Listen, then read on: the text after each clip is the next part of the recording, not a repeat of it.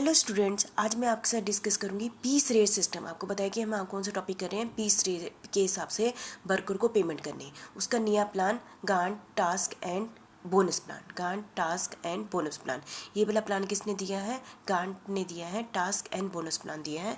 ठीक है, क्या दिया है गांट ने? This plan is based on carefully, मतलब कि इसमें किस बेस पर है ये प्लान? बेस किस पर है? टाइम एंड मोशन स्टडी पर। ये प्लान किस पर बेस है? Time and motion study. सबसे पहले है कि जो भी स्टैंडर्ड टाइम डिसाइड किया जाएगा उसमें पहले गैंट ने कहा है कि टाइम एंड मोशन स्टडी पे डिपेंड है। A standard time is fixed for doing a particular task. इसमें पहले ही बता दिया है कि कोई भी काम करना है जो वर्कर ने, उसका स्टैंडर्ड टाइम ये है। ठीक है, पर्टिकुलर टास्क के लिए उसको स्टैंडर्ड टाइम इतना लेना पड़ेगा। ठीक है, और worker actual performance is compared with the standard time. अब फिर उसके बाद क्या किया जाता है? पहले तो स्टैंडर्ड टाइम कह दिए कि 10 घंटे में ये काम करना है। फिर वर्कर का एक्चुअल टाइम देखा जाता है कि उसने उस काम को कंप्लीट करने में कितना टाइम लगाया है, 12 घंटे लगाए हैं कि 9 घंटे लगाए हैं, तो उसका कंपेयर किया जाता है। ठीक है, with the standard time and is efficiency is determined. यदि तो स्टैंडर्ड टाइम बाई जैसे हमने सोच लिया कि 10 घंटे हैं, उसने ले लिया 12 घंटे, तो इसका मतलब कि उसकी एफिशिएंसी उतनी नहीं है। ठीक है, और यदि उसने 10 घंटे का काम हमने स्टैंडर्ड टाइम रखा था, लेकिन उसने कितना टाइम लगाया? 8 घंटे लगाया, मतलब कम टाइम लगाया या 10 घंटे में कर लिया, तो इसका मतलब क्या हुआ? वो एक एफिशिएंट वर्कर है। ठीक है, समझ के इतना तो क्लियर हो गया। एफिशिएंसी मतलब कि उसने यदि टाइम जितना लगाया है ना, कम टाइम में काम खत्म कर देते तो एफिशिएंट ही हुआ ना।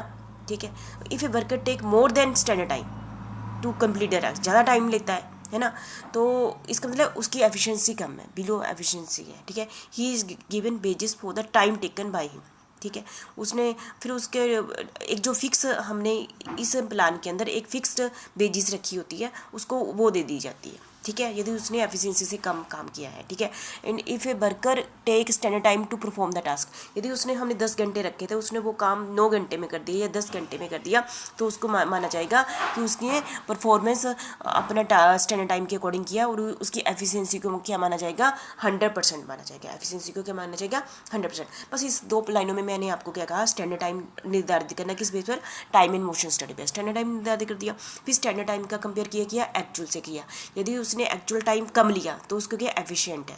यदि एक्चुअल टाइम उसने ज़्यादा ले लिया तो हम क्या? इनएफिशिएंट है। ठीक है, तो मतलब कि ये आ गया। जब वो इनएफिशिएंट होगा, बिलो करेगा तो यूनिट कम बनाएगा, जब एफिशिएंट होगा तो टाइम में यूनिट ज़्यादा बनाएगा। ठीक है, he is given wages for the standard time, उसको बेजिस दी जाती है। यदि and a bonus 20% on the wage earn, मतलब कि यदि उसने काम एफिशिएंसी से कर लिया है तो उसको स्टैंडर्ड टाइम के अकॉर्डिंग क्या कर दिया जाए? 10 घंटे स्टैंडर्ड टाइम, उसके अकॉर्डिंग बेजिस दी जाती है। और बोनस भी कितना दिया जाता है? 20% ऑन जो भी उसने बेजिस अर्न की है उसका 20% दिया जाता है। मतलब कि ऐसा नहीं कोई कि जो भी बेजिस स्टैंडर्ड टाइम के हिसाब से जो भी अर्न किया है उसका 20% और दिया जाता है, बोनस दिया जाता है। If a worker complete the task in less than the standard time, he is given wages for the standard time plus a bonus 10%, है ना। मतलब कि ये मैं आपको एक एग्जांपल से समझाऊंगी।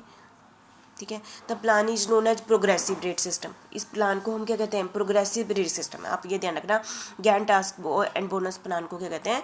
प्रोग्रेसिव रेट सिस्टम कहते हैं। ये और ये वाला प्लान हार्श नहीं है जैसे टेलर का है। ठीक है, टेलर का के अकॉर्डिंग हार्श नहीं है। ये सिंपल प्लान है, इसको अंडरस्टैंड करना ईजी है। मैं अभी आपको एग्जांपल से समझा दूंगी यदि आपको अभी भी क्लियर नहीं हुआ।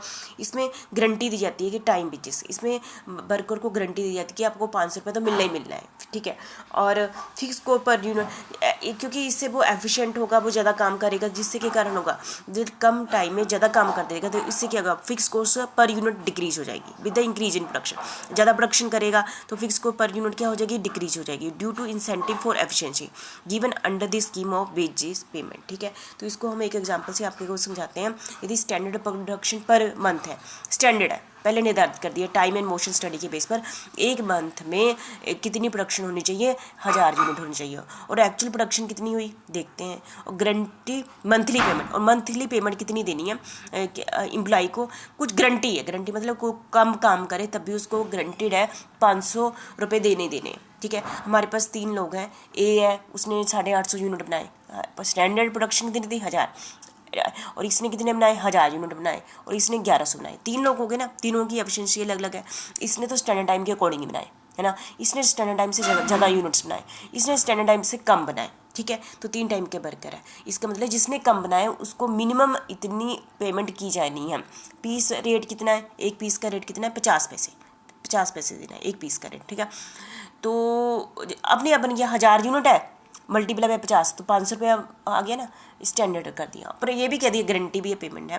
तो यदि उसने फिर परफॉर्मेंस हम परसेंटेज के हिसाब से निकाल दी, जितने यूनिट उसने बनाए डिवाइडेड बाय टोटल यूनिट्स और मल्टीप्लाई बाय 100 करके परसेंटेज निकाल ली, क्योंकि इसकी परसेंटेज 100 से कम है ना।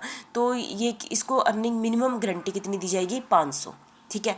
और बी की परफॉर्मेंस क्या है, स्टैंडर्ड के बराबर है, तो इसका मतलब इसको 20% बोनस दिया जाएगा। किसका 20%, जो उसने वेजिस ली, 1000 का मल्टीप्लाई बाय पैसे है ना, 500 रुपया आ गया, 500 रुपया प्लस 500 रुपये का 20%, 600 आ गया, ठीक है, क्लियर है। और इसने 1100 मल्टीप्लाई बाय एक पीस का रेट कितना है, 0.5, कितना आ गया, 550, और 550 को 20% कितना आ गया, 660, ठीक है। इस ढंग से पेमेंट की जाती है।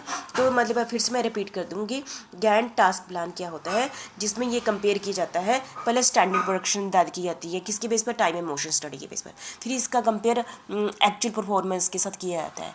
यदि एक्चुअल परफॉर्मेंस स्टैंडर्ड परफॉर्मेंस से कम है तो उसको मिनिमम वेजेस दी जाती है, मिनिमम वेजेस दी जाती है।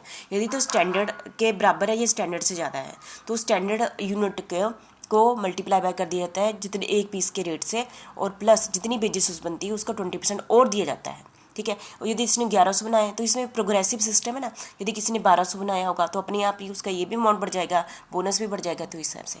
इसलिए बहुत ही अच्छा मेथड है, और ये इससे उनको प्रोग्रेसिव रेट सिस्टम कहते हैं सिस्टम को भी। और ये इससे मोटिवेशन मिलती है किसको, एम्प्लॉय को, कि हम ज़्यादा अच्छा काम करें।